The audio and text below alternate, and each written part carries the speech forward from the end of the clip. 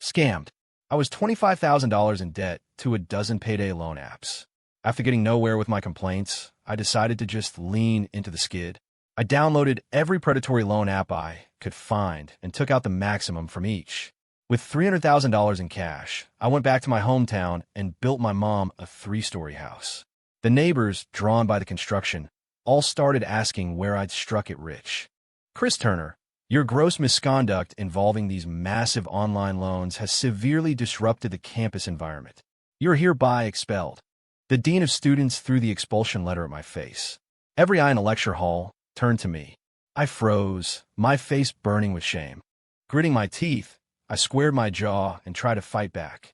Sir, I didn't take out any loans. I was scammed by a part-time job offer. You can't expel me for that. The dean gave me no room to explain. Still lying? The police have already investigated. They have witnesses and evidence. Are you still going to stand there and deny it? Beside him, the class president chimed in. Chris, we all know your family has it tough, but that's no reason to get mixed up in payday loans. Another student council member stood behind him, his face a mask of disappointment. Debt collectors are camped outside the main gate with signs every day. They stormed the dorms last night looking for you. Terrified a bunch of freshmen. The university is just expelling you. They could be suing you for the disruption you've caused. Be grateful and just go. Don't hold up our class any longer. A roar of frustration escaped my lips. I told you, I didn't take out any loans. Why won't any of you believe me? The class president and the other student grabbed me by the arms and hauled me out of the building, dumping me on the curb. Tears streaming down my face, I ran straight to the police station, desperate for help. But it was just as the dean had said. The evidence against me was ironclad. There was no way out. An officer tried to console me, his voice full of pity. Look, son, I believe you. I believe you just signed up for one of those online task scams to make a little side money. But because of that, you're now on the hook for a massive debt. Honestly, there's not much we can do in these situations. There are too many of these loan apps, and they all operate in a legal gray area. Our hands are tied. I couldn't accept it, but I'm the victim. Why do I have to be the one to pay it back? The officer sighed. Just go home for now, kid. $25,000 isn't the end of the world. Talk to your parents, see if they can help you through this, and be more careful in the future. Don't let it happen again. $25,000 might not be a huge number to some people, but for a kid from a dirt-poor rural town, it was enough to crush my entire family. My dad was paralyzed years ago. My mom supported all of us on what little she could grow on 2 acres of land. Before I left for college, she made me promise 100 times not to get into trouble, to study hard, to finally make something of myself. I was my family's only hope. And now, that hope was gone. I was a failure. My life, all because of some stupid online scam, was completely and utterly over. I left the police station and wandered the city streets like a zombie. I stumbled blindly through several red lights. I wished a truck would just flatten me into paste and let me say goodbye to this world. Chris, what are you doing? My girlfriend, Sarah, yanked me back onto the sidewalk. I shook her off and told her to go back to campus. She refused, sticking to me like glue. It's just some debt. So what? Your life is just getting started. This is just a little setback. I pressed my lips together. Go back, Sarah. I don't want to drag you down with me. Her eyes welled up. What do you mean, drag you down? You said you were going to marry me right after graduation. Are you backing out now? A tear I couldn't stop rolled down my cheek. I can't give you a good life. She threw her arms around me. That's okay. I can give you one. Chris, don't give up. I won't let you give up on yourself. You were tricked. You didn't do anything wrong. The pain in my chest was unbearable. But 25 grand. How am I ever going to pay that back? Sarah looked me straight in the eye. Why should you? I froze. What? She said it again. A scammer tricked you and put you $25,000 in debt. So now you're supposed to pay the scammer back. Something clicked in my head. The dark cloud that had been hanging over me suddenly parted. She was right. A criminal steals from me.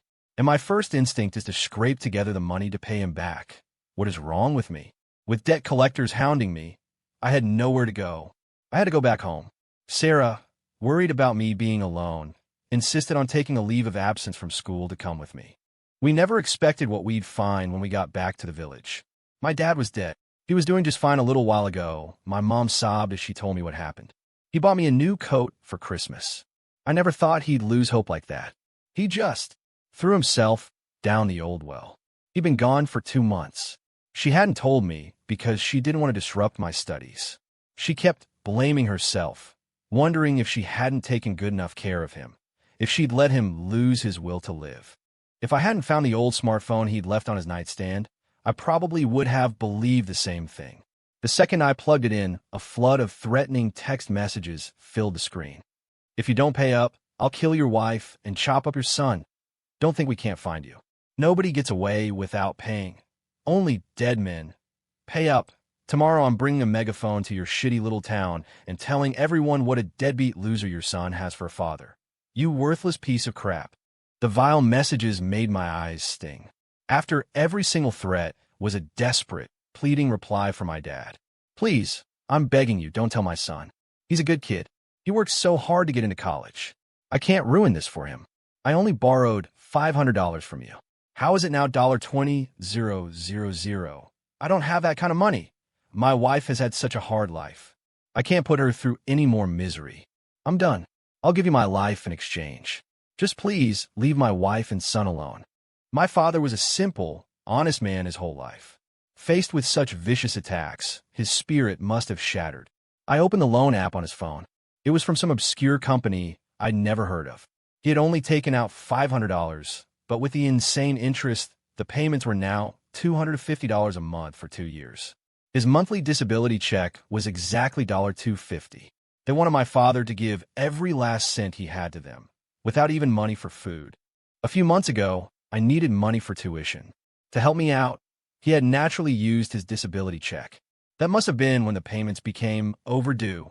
That's when the calls started, and when he was finally broken. Fuck, I screamed. Sarah's lips tightened, her eyes filled with rage. This wasn't suicide. Your dad was murdered by that loan company. Those soulless bastards. My mom, standing nearby, didn't understand what a loan company was. But she could tell from our reactions that something was terribly wrong. Her mouth hung open. Chris, did your father owe someone money? How much? Her eyes instantly turned red. How much do we have to pay back? I grabbed my mom's hands and knelt before her. Mom, Dad doesn't owe anyone anything. This family doesn't owe anyone a damn thing. Money from scammers, that money was ours now. In that moment, I made a decision. I took out my dad's ID and, one by one, applied for loans from every predatory app one could find online. At the same time, I didn't forget to use my own information to do the exact same thing. Sarah handed me her driver's license, telling me to use her name too, but I refused. After all, Sarah wasn't like me. I didn't want to drag her down this uncertain path. Chris Turner's really done well for himself. A $150,000 house, just like that. Incredible. You're a college kid, you've seen the world. How'd you make all that money? You gotta let US in on it. Yeah, share the wealth. Let's all get rich together. The main beam of our new house had just been raised. We've been celebrating all morning with a huge town barbecue. The whole community came by to wish us well. Their words were dripping with envy. My mom, who had spent her life hunched over, stood up straight for the first time. She smiled and chatted with the neighbors, and, just as I told her, she didn't say a word about where the money came from. She just said that I was grown up now, that I'd found my own way, and that I knew how to take care of my family. After the party wound down, the crowd started to disperse. Only our next-door neighbor, Caleb Vance, who walked with a heavy limp, was still lingering. Caleb was my age. We used to play together as kids. One time, he got a bad fever and was taken to the town clinic for an antibiotic shot. They messed up the dosage. It left him with permanent nerve damage. After that, he dropped out of school. He spent his days wandering around town. He became an outcast, someone people made fun of. He'd lost an eye in a fight. Remembering our childhood friendship, I grabbed a bag of leftover burgers from the kitchen. Here, take these. Next time my mom fires up the grill, I'll bring some more over. Caleb shook his head, refusing the bag. I frowned. What's up? Caleb bit his chapped lip. I don't want burgers. I need money. Mike told me this was trouble. I took the bag back and started to head inside. He grabbed my arm. His movements were clumsy, but he dropped to his knees right there in front of me. Chris, I'm out of options. My mom needs her medicine, and it's expensive. The money I make hauling bricks and mixing concrete doesn't even cover 2 pills. I'm not asking for a fortune, just enough to keep her alive. Please, man, cut me in. His face was twisted, his words slurred. Tears streamed down his cheeks. My mom saw the scene from the porch and sighed. Caleb's mom has been sick for years. When his dad was still around, they could barely afford her medicine. Now that he's gone, Caleb's been through hell. She looked at me, her brow furrowed. You should help him out, Chris. We're neighbors, after all. My mom had no idea where the money I brought home came from. She had a good heart and couldn't bear to see people suffer. Sarah was just as compassionate. You can live an honest life and still end up worse off than a scammer, she said. It's about time those soulless corporations started bailing out the poor for a change. Her words hit home. I went with Caleb to his house. Before we even stepped inside, the smell of mildew hit me like a wall. The small, cramped room was shrouded in darkness. Click! A single, dim bulb flickered on. My eyes fell on a small cot. Lying on it was Caleb's mother. Her eyes were half closed, her face was a waxy yellow, and her body was as thin as a scarecrow. She was barely more than a living corpse. But even so, Caleb never left her side. My mom brought me into this world. When I was a kid and we had nothing, she chose to feed me instead of herself. Now that she's sick, I die for her to repay that kindness. Chris, from this day on, I'm your guy. I'll do whatever you say, as long as it gets my mom her medicine. Caleb fell to his knees in front of me again. I quickly pulled him up. The secret of the loan money had been weighing on me, and I finally let a little of it slip. I looked at him, my expression dead serious. Caleb, I gotta be honest with you. This money, it's not clean. You need to think hard. Are you really willing to go all in? Caleb nodded without a second's hesitation. And so, right there in front of my mom and his, I took the burner phone out of Caleb's hand. I put his SIM card into my smartphone. Then, after a flurry of taps and swipes, I used Caleb's ID to register accounts on over 100 different apps. I took out $300,000 in his name. Afterward, I had Caleb grab a couple of empty feed sacks, and we went to the bank. As he slung 100 pounds of cash over his shoulder, his face was still a picture of disbelief. $300,000? Just like that. I gave him a subtle nod and a warning. Go ahead and use the money. You'll be fine for at least 6 months. But after that, I can't make any promises. Caleb's expression grew tense. Bro, are you saying we could be dead in 6 months? I shook my head. I couldn't give him an answer. After all, the loan's my dad, and I had taken out hadn't even gone into default yet. I had no idea what would happen when they did. But what did it matter? In this life, what's a bigger deal than death? 4. Caleb bought a huge crate of his mom's medication, enough to last her a lifetime. But I had gotten him $300,000. He had so much money he didn't know what to do with it. Finally, he made a decision. He was going to build a new house, too. Trucks delivered bricks and concrete. He hired a crew, and they got to work. Within 2 weeks, the frame of Caleb's 3-story house was up. On the day of his barbecue, his front yard was packed with the entire town. Everyone asked Caleb how he got rich. He didn't mention my name once. He just said, life's a lottery, and my number finally came up. But that night, Caleb showed up at my house with his aunt. Chris, I'm sorry to do this to you, but my aunt is desperate. My uncle fell off a scaffold a few years back, broke his spine. They got old folks and little kids to feed, and now there's medicine bills. Look, I knew Caleb's aunt. She was easily the poorest person in town. Her home was in even worse shape than Caleb's had been. An 80-year-old mother, bedridden, a 40-year-old husband in a wheelchair. The aunt herself had cancer, though she wasn't disabled, and they were raising a special needs child. For years, they had survived on handouts from their neighbors. Sarah saw the woman's patched-up clothes and looked at me, her heart breaking. The inequality in this world is staggering. The road to shared prosperity is long. Maybe a little Robin Hood action is the most direct way to help the poor. Robin Hood, I like that. Right then and there, I took the IDs of her entire family and started the process. Before withdrawing the cash, I made sure she understood. This money is for your emergency, but there could be consequences down the road. You need to be prepared for that. After this, you throw this SIM card away. Spend the money as you see fit. Caleb's aunt had finished high school. She knew what I meant by loan apps. She knew that if you missed a payment, the calls would start. She knew the people they sent were thugs who showed no mercy. and she knew that her credit would be shot, that she'd never be able to get a mortgage or a car loan. Of course, she couldn't afford a house or a car anyway. For her, just being able to live a stable life was already a dream. Tears welled in her eyes, her voice choked with emotion. "You're saving our family's life. Whatever happens, we'll face it. We could never pay that interest back anyway. Just help me borrow it. Get as much as you can." And in our town, there were countless families just like Caleb's and his aunt's. Anyone with the means to leave had already moved to the city, bought a house, a car. The people left behind could easily be described as the old, the sick, and the disabled. With Caleb breaking the dam and his aunt opening the floodgates, the other struggling families in town slowly started coming to me. I didn't hide anything. I laid out the pros and cons in crystal clear terms. All these apps on the phone are lending platforms. Taking money from them is a loan, and the interest is no joke. You borrow 1,000, you could end up owing 100 times that.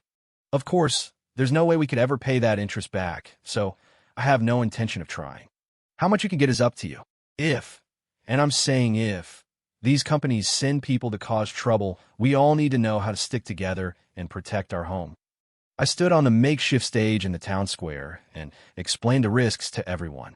Over the course of 3 days and nights, every single one of the 300 residents of our town took out loans, averaging $300,000 per family. For families with fewer people, I told them to use the IDs of their deceased parents and grandparents. Think of it as a little inheritance from grandma and grandpa. I said, it'd be a shame to let it go to waste. That one comment lit a fire. With a few words and a wave of the hand, new houses started sprouting up all over town. Our once destitute village was suddenly bustling with activity. Construction crews and painters arrived in droves. For 6 months, we woke up every day to the sound of firecrackers celebrating another house being framed. Every family was busy attending housewarming parties. Thanks to nearly 100 predatory loan apps, our town was finally on the path to prosperity. Steak every night, fresh fish for every meal. Even my own scrawny frame started to fill out. Perhaps because the money came too easily and life was too good, even the villagers who had moved their families to the city started hearing the news and coming back. And along with them came the aunts and cousins who had married into neighboring towns. And so, after dealing with a wave of the old and infirm, I found myself welcoming the warm embrace of my extended family. 5. Chris, sweetie, your auntie watched you grow up. I'm not bringing this up to ask for anything in return, just to say that now that we're in a tough spot, maybe you could help us get a new house too. Chris, we're all from the same town. Even though I'm married and moved away, we're still family. It wouldn't be right for you to get rich all by yourself and not pull your cousins up with you. When you do well, and I do well, everyone does well, right? Your uncle has been a construction worker for 20 years, and I still haven't paid off our mortgage. With the economy this bad, I can't find work. Your cousin is getting married, and I can't bear to see him go down the same road as me. A tiny 300-square-foot apartment, a 30-year loan, a lifetime of stress and misery. Please help us out. My friends and relatives sat in my living room. My mom served them tea, cup after cup. As they shared their stories, she couldn't help but cry with them. It seemed that over the years, whether they stayed in the countryside or moved to the city, no one was having an easy time. Not enough money, not enough health. Jobs were hard to find. Life was far from perfect. There was always one problem after another. They had forgotten what it felt like to just eat a good meal, get a good night's sleep, and live a good life. Sarah listened from the side, sighing. There's nothing to hesitate about anymore, she said. Life is hard for everyone. What matters most is seizing the moment. Sarah urged me, and my mom urged me. I had no choice but to reveal the truth about my fortune to everyone. Once you do this, there's no turning back.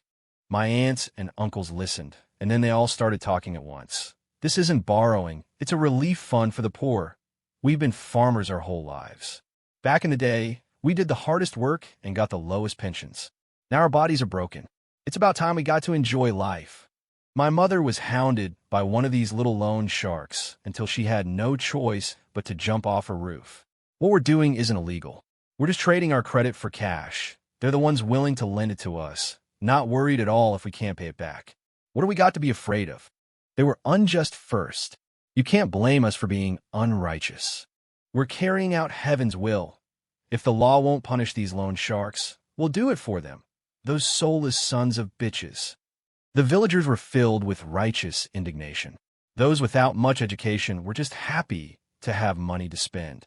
Those with an education who had been pushed to the brink by poverty weren't afraid of the consequences. You only get one life. Live it well first, worry about the rest later. And so, led by our town, a construction boom swept through the surrounding 10-mile radius. The low, dilapidated shacks and trailers that once dotted the landscape were replaced, in a matter of months, by rows of new houses. The construction workers who came from out of town didn't know the story. They thought our town had a great new mayor who was giving everyone subsidies to build houses. They talked about moving their families here. As life got better and better, my own heart grew more and more anxious. Sarah knew I was worried about the other shoe dropping, and she tried to cheer me up every day. What's there to be afraid of? We've come this far. What's going to happen will happen. There are so many of us. We'll face it together. With that, Sarah pulled me downstairs. And there, parked in our new driveway, was a Maybach. My eyes went wide with disbelief. Where did you get the money for this? Sarah dangled the keys. I went back to my old place yesterday, officially changed my address to here, and then had Caleb help me hit the apps. I immediately snatched the keys from her hand. Come on, we're taking this car back. You can't touch this money. Sarah pushed me away, her expression serious. Why not? Look how well everyone in town is doing now. Every family has a new house, and there are several cars parked in every driveway. You used to tell me the Maybach was your dream car. This is my gift to you, an engagement gift. How about that? My eyes turned red. I looked at Sarah's determined face and, pathetically, started to cry again. Engagement? How can we get married? If you marry me, you'll lose your freedom. What is freedom? Sarah asked me back. For a moment, I had no answer. Sarah took my hand, her face full of hope for the future. So I can't take a train or a plane, but I can ride in a Maybach. Or do you think our new house isn't comfortable enough that you'd rather be squeezed into some city apartment? Chris, you've already prepared yourself to spend the rest of your life in this town. By insisting I don't touch this money, were you not planning on including me in that life? I shook my head, the tears flowing freely. I'm just not sure if what I'm doing is right. This path. It's not how normal people live. Sarah laughed out loud. You're right. Normal people spend their lives as workhorses. Before 35, you sit in an office taking orders from your boss. After 35, you face layoffs and, crushed by a mortgage and car payments, you're forced to work 3 jobs. You get a little older and become a burden on your children. A tiny little house crammed with 3 generations. What's so great about the stressful, suffocating life of a normal person? Sarah pointed to the new house behind us. Look at this. Our house is thousands of square feet. The furniture is solid wood, no formaldehyde. We can sleep in any room we want. We can build a swing set in the yard, put in a pool. We won't bother the neighbors and get complaints. We can go fishing in the river without anyone telling us we can't. We eat farm-raised pork and organic vegetables. Isn't living well the most important thing in life? Sarah's words left me speechless, but they also strengthened my resolve. I reached out and pulled her into my arms. Sarah, marry me. I'll spend the rest of my life making you happy. And so, after hitting nearly 100 loan apps, I dug deeper and found even more. The interest rates on these platforms were far above the legal limit of 36% APR. They were blatantly illegal. In that case, we had no reason to show these vampires any mercy. The houses needed another story, and a Maybach wasn't enough for our transportation needs. At the very least, every family needed to add a Rivian R1S to their collection. Hello, your loan payment is now overdue. To avoid a negative impact on your credit report, please make a payment within 2 days. As time went on, nearly everyone in the town reached the overdue stage. At first, the collection attempts were polite texts and phone calls. But the longer it went on, the nastier they got. From threats to intimidation. Then from online to offline. I'm warning you, if you don't pay, we will kill your entire family. You better not walk alone at night. Our truck has your location, and we'll be there to run you over. You son of a bitch, why did you borrow money if you couldn't pay it back? I curse your ancestors for 18 generations. I hope you have a son born without an asshole and a daughter who becomes a whore for generations. Just you wait. See how I cut your head off in your sleep. The language was so vile that I had the whole town change their phone numbers. Out of sight, out of mind. Considering we were about to face in-person visits from violent debt collectors, we had to prepare a defense. We united several neighboring towns. We agreed that no strangers would be allowed in. Any car with out-of-state plates would be stopped, no questions asked. Across the 5 local towns, we organized a force of 300 able-bodied young adults. We set up a 24-hour patrol schedule to ensure the safety of our elderly and children. The first time a collection agent showed up, our patrol team sent them packing with bloody heads. The collectors had probably never encountered a situation like this. They were stunned. It was only then that they realized they had stumbled upon a hornet's nest. Pay you back. In your dreams, you're illegal loan sharks using scummy ads to prey on the innocent and the elderly. How many people have you driven to their deaths? You should have known this day would come. We got this money fair and square from a phone. Why should we give it to you? We're just redistributing the wealth, paving our own road to prosperity. We're not breaking any laws. We just don't have the money to pay. Take my credit, I don't care. You can't take it with you when you die. Living well right now is what matters. The collection agencies, realizing they couldn't win against the villagers, did something astonishing. They called the police for help. They probably never imagined in their entire lives that they who operated in the darkest corners of the law would one day be seeking help from law enforcement. The police, after hearing the story, found the situation incredibly awkward. In the past, their job was to stop collection agencies from using violence. Now, they were being asked to help a collection agency collect a debt. Well, this is a complicated one. With that, the police left. The debt collectors just stood there, staring at each other. With no other choice, the collection agencies began to sue us. But a case this bizarre was a first for the courts. It was completely unprecedented. Unsure how to rule, they could only begin the long, slow process of litigation. And because the number of people involved was so large and the scope was so wide, the process dragged on. What do you think will happen in the end? Sarah asked me. I shook my head, telling her I didn't know. I just remembered a few years back, I had a part-time job at a tutoring center. The center, knowing full well it was going bankrupt, held several massive promotional events, collecting millions of dollars from thousands of victims. When those 1,000 people filed a class action lawsuit, they were simply told by the prosecutor that the owner had declared bankruptcy and was unable to pay back the money. And that was the end of it. The owner, aside from being restricted from flying or making luxury purchases, suffered no other consequences. There were countless stories like this. A quick search online revealed endless cries from victims. If the law couldn't touch a blatant scam like that, what kind of punishment could my fellow villagers and I possibly face? After all, we had already given up our credit reports as collateral. 2 years after it all began, Sarah and I got our marriage license and had a wedding in the village. The celebration was incredible. Not long after, Sarah was pregnant with our child. I was by her side throughout the entire pregnancy. I did the laundry, cooked the meals, and in our free time, we would walk along the country roads, enjoying the beautiful scenery of our new town. 10 months later, Sarah gave birth to a healthy baby girl. I named her Evelyn. With my mom's help, raising a child wasn't too difficult for Sarah and me. Occasionally, I would have nightmares. I'd dream I was being chased by debt collectors, cornered with nowhere to run. I'd wake up drenched in sweat. After calming down and seeing Sarah and Evelyn beside me, I'd feel that my current life was almost too good to be true. It made me even more determined to cherish every single moment. Perhaps because of the increased happiness, many of the young people in the village got married, and soon there were many more children around. To solve the issue of their education, the villagers discussed it and decided that every family would chip in to build our own school. We built a K-12 campus from the ground up. Children from neighboring villages were welcome to attend. Although Sarah and I never graduated from college, we had both gotten into a top university on our own merit. When the school needed teachers, we stepped up without hesitation.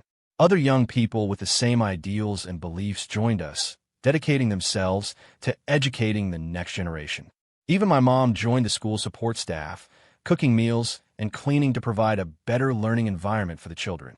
The village was visibly improving every day. Old neighbors who had moved away started coming back, one after another. With more people came more vitality. I felt like I was a kid again. Every day at dinner time, I could smell the delicious aroma of home-cooked meals wafting from every house. For years after it all started, many of the loan companies that had sued us had already declared bankruptcy. The remaining ones, struggling to stay afloat, could neither continue their collection efforts nor handle the mountain of lawsuits. I collected the old SIM cards from the villagers and did a count. Of the nearly 1,000 loan platforms we had used, less than a third were still sending texts and making calls in the last 2 months. And the content of their messages was no longer as extreme. It was mostly just generic, copy-pasted templates. When Sarah heard the news, she wrapped her arms around my neck and smiled. "As long as we hold out, this victory will be ours." I nodded, but the weight in my heart never truly lifted. Finally, at the end of that year, I was taken into custody by the authorities. The charge: felony fraud. The villagers hired the best lawyer they could find to defend me in court. Years ago, my client was an unemployed college student who first encountered online loans because he believed he could earn money through a part-time job, only to be scammed into a $25,000 debt. At that time, my client had no means of repaying this loan. Yet, under these circumstances, these lending institutions were still willing to lend money to him, proving they never considered whether he had the ability to repay.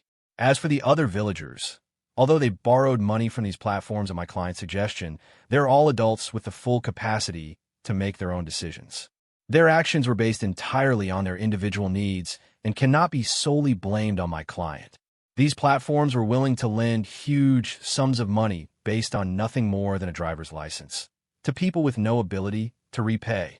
This proves they accepted the risk of this debt, and that risk should not be borne by my client and the villagers. What business operates on pure profit with no risk? Today, predatory loan apps are rampant. Violent collection tactics are a daily occurrence. How many innocent, vulnerable people have they killed? How many families have they destroyed that they're now facing bankruptcy? I can only say it is what the public has long wished for. On behalf of my client, I do not ask the court to award him a medal for his courage, but I do implore the court to release him here today, with all charges dropped. My lawyer's passionate defense in the courtroom was stunning. It sent a wave of murmurs and whispers through the gallery. The courtroom buzzed with noise. It took a long while for calm to be restored. Ultimately, because the case was too complex, the decision was postponed, and I was released on bail to go home and live my life. 3 more years of eating, drinking, and sleeping passed. Sarah had now given me 3 children. My mom, surrounded by her grandchildren, dared not ask for more from heaven. She only prayed that the coming days would be peaceful. She often prayed to a statue of the Virgin Mary, kneeling before it for an entire morning. I knew she was worried about me. "Well, I didn't know how to comfort her," Sarah said. "Just let your mom do what she needs to do. As long as the case isn't settled, her heart will never be at rest." Compared to my mom's anxiety, Sarah was much calmer. Of course, she had always been unshakable. No matter what happened, she lived only for the present moment. "The moment I married you, I'd already pictured the worst possible outcome. There is nothing I can't accept." I asked her if she had any regrets. She shook her head firmly. "I am absolutely certain that I love you. All I want is to be with you. With a wife like her, what more could a man ask for? Sarah, I love you, until death do us part." Holding Sarah, I was enveloped by a profound sense of love. From that point on, I would fear no hardship. When my oldest was 9, my second was 6, and my youngest was 3, my case finally came to a conclusion. I was sentenced to 1.5 years in prison. Everyone else in the village was acquitted. The day before I left for prison, Sarah cried her heart out. But for me, this was the best possible outcome. In prison, I was a model inmate. I spent my time reading and studying, and I never slacked off on my physical fitness. I had a wife, a mother, and children. They were waiting for me to come home. Because of my good behavior in prison, I was released 6 months early. The day I returned, the entire town was waiting at the entrance to greet me. They hung a large red ribbon around my neck. They brushed me with fresh spring leaves to wash away the bad luck. I stepped over a small, burning fire to cleanse my spirit. Firecrackers were laid out from one end of the town to the other. Fireworks lit up the sky all day long. The villagers carried me home on their shoulders. It was only then that I learned my father's portrait had been placed in the town's new community hall, and that the town had set aside a special section in the historical records for our family story. Seeing the town filled with beautiful houses and luxury cars, my heart soared. I knew the darkness was over. The future was nothing but bright.